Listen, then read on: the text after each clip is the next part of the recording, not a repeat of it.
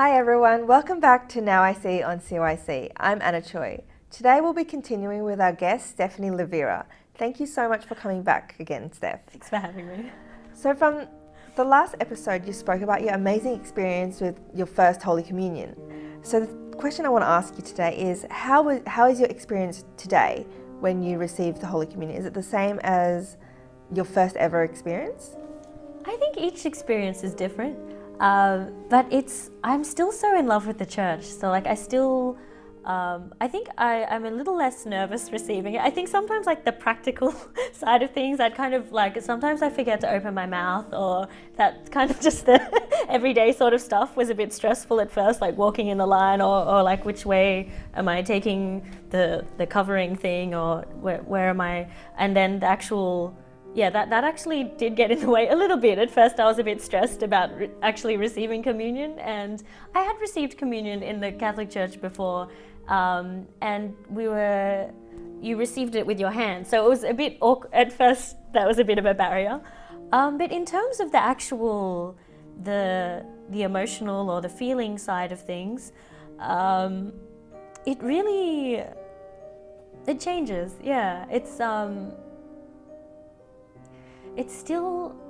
It's really palpable though. Like you can tell when someone you feel like when you can't receive communion, you feel you've missed out on something. And you can tell, like when people are walking out of the church, you feel that joy and you feel there's something there. Yeah.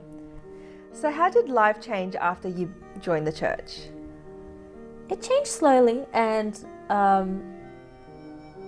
it became more stable, I think. Just life became more manageable, or it's just easier somehow. And just I made new friends, and I also kept my old friends as well. But it was just more heaven. I can't explain it, but I feel like I'd been going against the tide, or just battling something and making life more complicated than it needed to be. And when I look back through life, it's the easiest. Life was the most manageable, containable, or doable when I was being with God, and I felt like I didn't have to do it by myself anymore. And I didn't have to be independent, or I didn't have so much to prove. It was just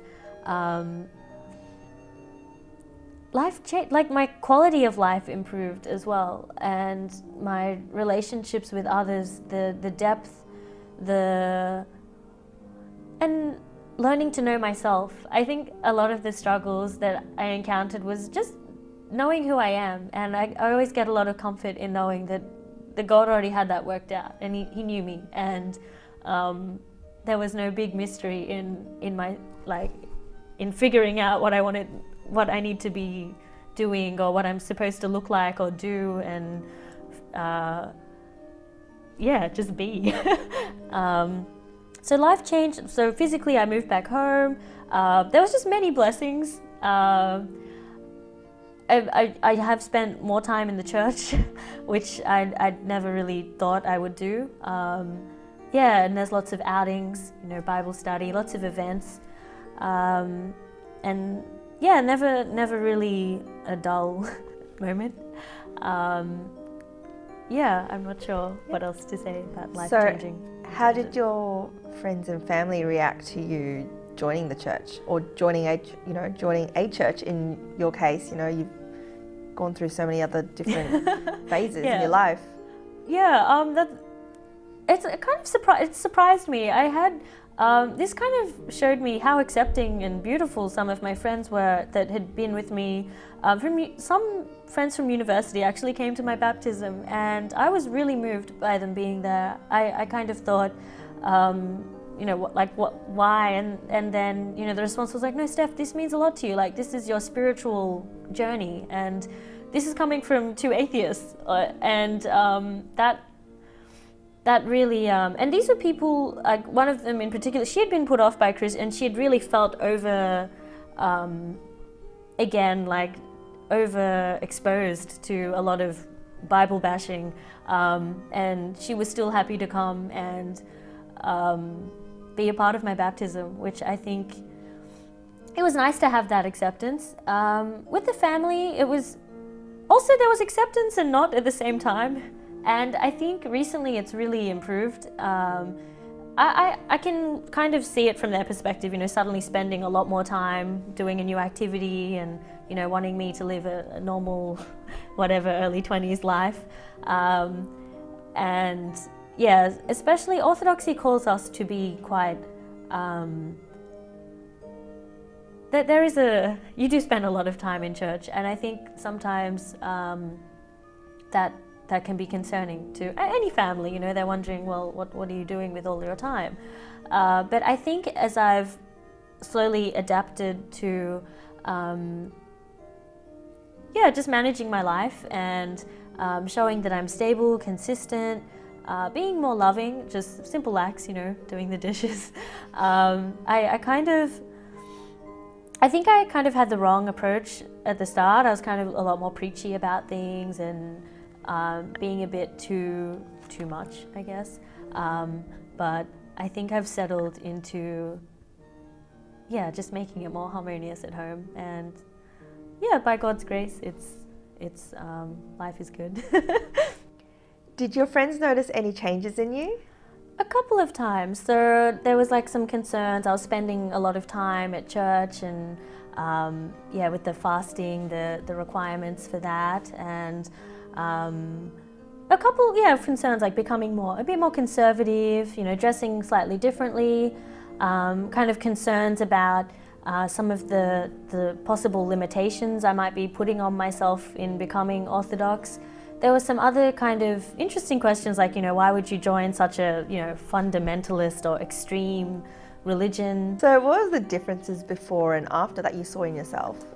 I think in myself, I've slowly become like slightly more self-assured. I think a conservative side of me is kind of coming out a little more, but I feel like I understand my role as a woman a bit better, and that's not limited by any means. I feel like there's that freedom.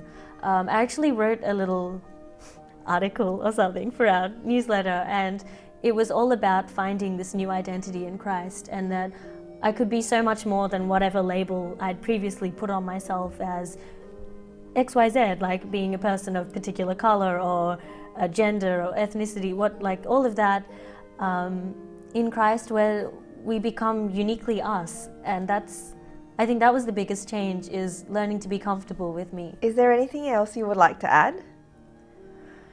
Yeah, I think never overlook the importance of your own life and how much you can impact someone. So for me, in university, I was looking at all the Christian people around me, and sometimes I was not always a massive fan of Christians. Like I was like, Christian people. Well, now I am one. In fact, there's kind of an embarrassing story.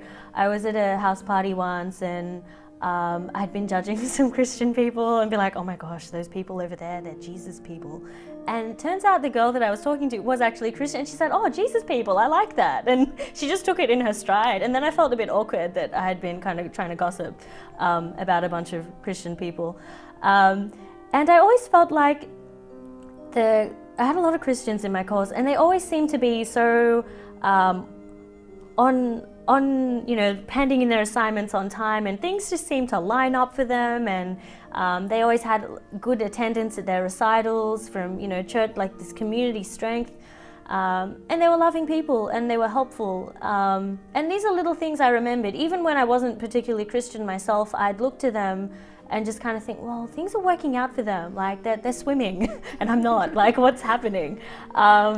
So I think that was really powerful. And little things, like as a part of being welcomed into the church, someone handed me a tissue, and like, this girl, I love her. And that was probably a really simple thing, but for me, I kind of felt like, wow, like she heard me sniffing, and I don't know what like maybe she was annoyed by me sniffing, but it was, that little action stayed with me, and I just thought that's really loving and caring. So I think never overlook that, and don't stop praying for people, because I know that I can, like my family in Sri Lanka have been praying, and all the people in my life and Christians. So I think never underestimate the power of a prayer.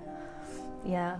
Steph, thank you so much for coming in today. It's been truly wonderful just hearing your story. Thank you so much for having me. There's so many people to thank in my life, and I think it's wonderful what is happening here. So, yep. Unfortunately, that's all we have for today. Thank you so much for tuning in to Now I See on CYC. I'm Anna Choi. God bless.